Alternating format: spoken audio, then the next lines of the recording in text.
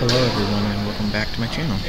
On Sunday, February 3rd, 2019, the people of El Salvador went to the poll and voted for president. In what was expected to be a close election and a runoff, saw a landslide of the election of an outsider. First, how does El Salvador elect their president? Well, they usually use the popular vote to determine the president and vice president, who are elected on a ticket together. If an absolute majority is reached, meaning 50% of the votes plus one more vote reached by one candidate, then that candidate will win the presidency.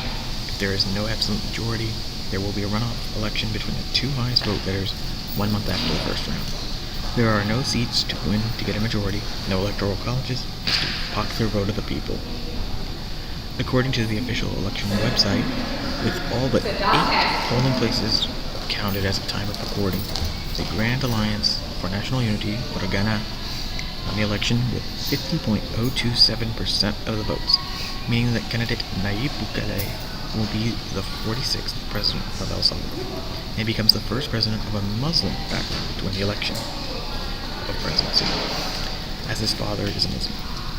However, Bukele himself is neither Christian nor Muslim. In fact, he's a deist according to a Fresno article that was from an interview with the Associated Press. The bigger news is that for the first time in 30 years, the president will not be from the Arena or the FMLN, and that marks a big change in the politics of the country.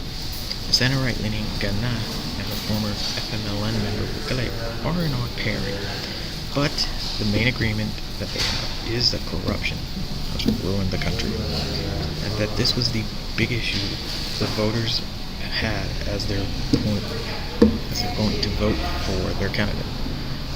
Now I'm going to give my thoughts. As normally, I do try to remain neutral, but I am pretty pleased with the results of this.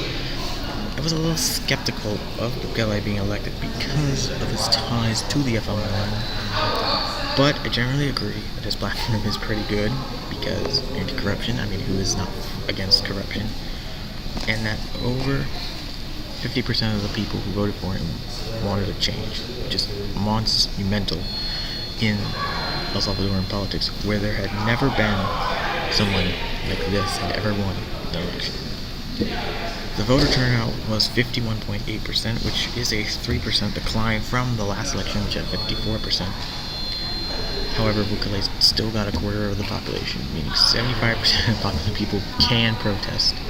However, only 25 are going to be technical, as more than about 40% did not vote. Bukele will be sworn in San Salvador on June the 1st. Both candidates of the FMLN and Arena, Calleja and Hugo Martinez, have conceded defeat and will not contest the results, which is very good news, as the last election did have some contesting. Overall, I thought it went pretty good, and it was fair and free. International response has been pretty positive, with both Panamanian and Costa Rican presidents having congratulated him after his victory, him being Bukele, and the President Clement in Venezuela, Juan Guaido, doing so as well on Twitter. I, for one, would also like to congratulate Senor Bukele on his victory and wish him well in his term as president, with hope for increased relations with the United States and an end to the corruption that has plagued the country for so long. Felicidades, Señor Bukele, y buena suerte como presidente durante los próximos 5 años. That is all for me, and I hope you enjoyed this recap. Next up, I will talk about the Nigerian elections coming up on the 16th, and I might briefly talk about the referendum in Switzerland that's coming up on the 10th. This is Andrew. Thank you for watching, and don't forget to like, comment, share, and subscribe for more election recaps. Thank you, and have a good night.